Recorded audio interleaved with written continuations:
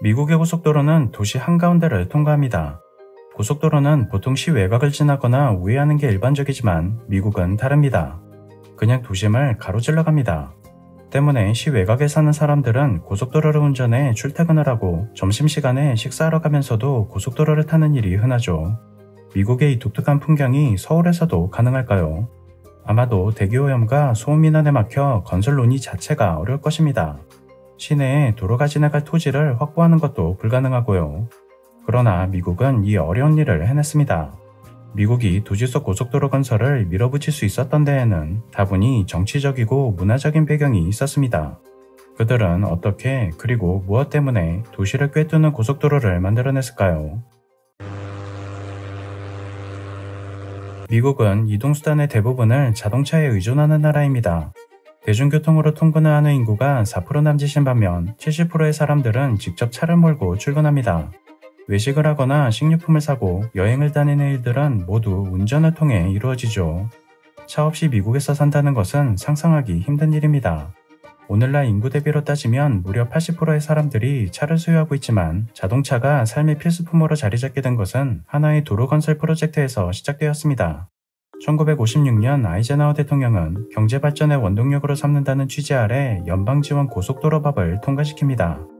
이 법안으로 총 4,250억 달러를 들여 42개의 주도와 인구 5만 명 도시 90%를 연결하는 역대 최대 규모의 공공도로 건설 사업이 첫 삽을 뜨게 되었죠.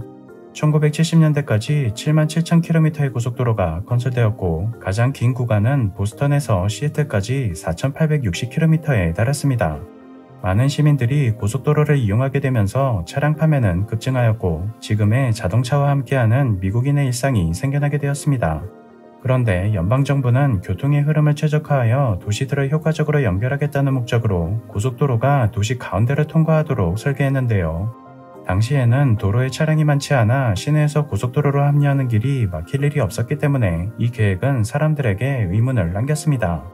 당연하게도 어느 누구도 자신의 집 근처에 고속도로가 생기는 것을 원하지 않았기 때문입니다.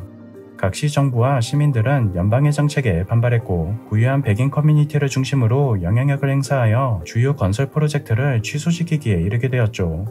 도시계획자들은 여론에 부딪히면서 자칫 거대 토목공사 계획이 틀어질 것을 우려했습니다. 그래서 그들은 계획을 진행시킬 수 있는 다른 방법을 찾았습니다. 잠시 저희 채널이 더 좋은 영상을 만들 수 있도록 후원해주시는 서프샤크 VPN에 대해 언급하고 가도록 하겠습니다. VPN은 인터넷으로 하여금 지금 내가 있는 곳이 아닌 다른 나라에서 접속하는 것으로 인식하게 하는 우회 접속 프로그램입니다. 접속 국가를 원하는 곳으로 설정하면 국내에서는 접근할 수 없었던 해당 국가의 컨텐츠에 대한 제한이 사라집니다. 넷플릭스나 디즈니 플러스 같은 OTT에서는 지역 차단이 걸린 영화나 드라마도 보실 수 있습니다. 이미 해외에서 입소문탄 화제작을 미리 감상하실 수도 있죠. 서프샤크 VPN은 하나의 계정으로 핸드폰, 노트북, 태블릿 등 모든 디바이스에서 사용이 가능합니다. 각종 바이러스, 애드웨어, 광고로부터도 보안을 유지하여 마음 놓고 사용할 수 있죠. 또한 고정 댓글과 설명란에 있는 surfshark.com 세컨인들을 클릭하시면 4개월 추가 이용 혜택도 받으실 수 있습니다. 그리고 무엇보다 중요한 점, 30일 이내에 환불이 보장되기 때문에 일단 써보시고 마음에 들지 않으면 부담없이 끊으실 수 있습니다. 그럼 다시 이야기로 돌아가겠습니다. 1935년 연방대출은행위원회는 주택대출공사에 각 도시별로 특수지도 제작을 요청합니다. 그것은 대출 리스크를 평가하기 위한 부동산 담보의 위험 수준을 표시하는 지도였습니다. 지도의 파란색과 녹색은 담보로서 안전함을 나타내고 노란색은 부실함, 붉은색은 위험한 담보임을 의미합니다. 붉은색 집에는 주로 유색인종과 소수민족의 거주 비율이 높았는데요.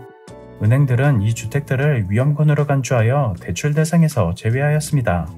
은행이 대출에 있어 차별적인 대우를 하는 것을 가리키는 레드라이닝은 위험을 표시하는 이 붉은 줄에서 유래되었죠. 레드라이닝으로 인해 유색인종, 대표적으로 흑인들은 경제적 혜택에서 소외될 수밖에 없었습니다.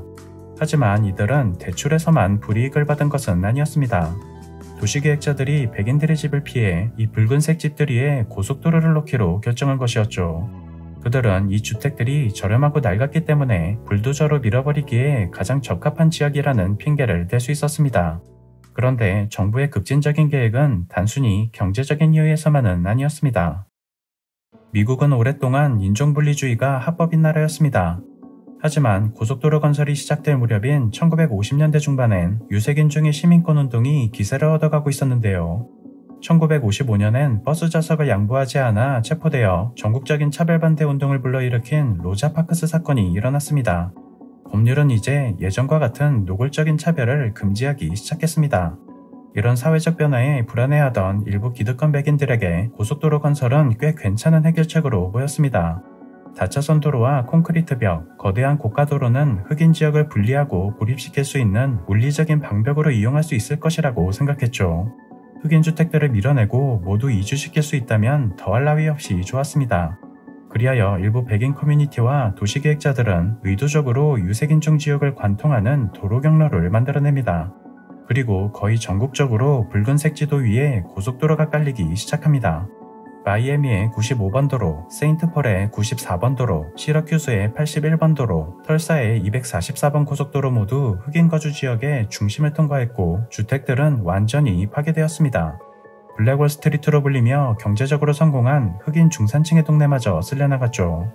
하지만 백인 거주 지역에선 곡선을 만들며 피해가도록 지어졌습니다. 고속도로가 지나가는 동네의 흑인들 대부분은 집을 버리고 이주해야만 했습니다. 미국 교통부의 추산에 따르면 47만 5천 가구의 100만 명 이상의 사람들이 고속도로 건설로 인해 거주지를 상실했죠.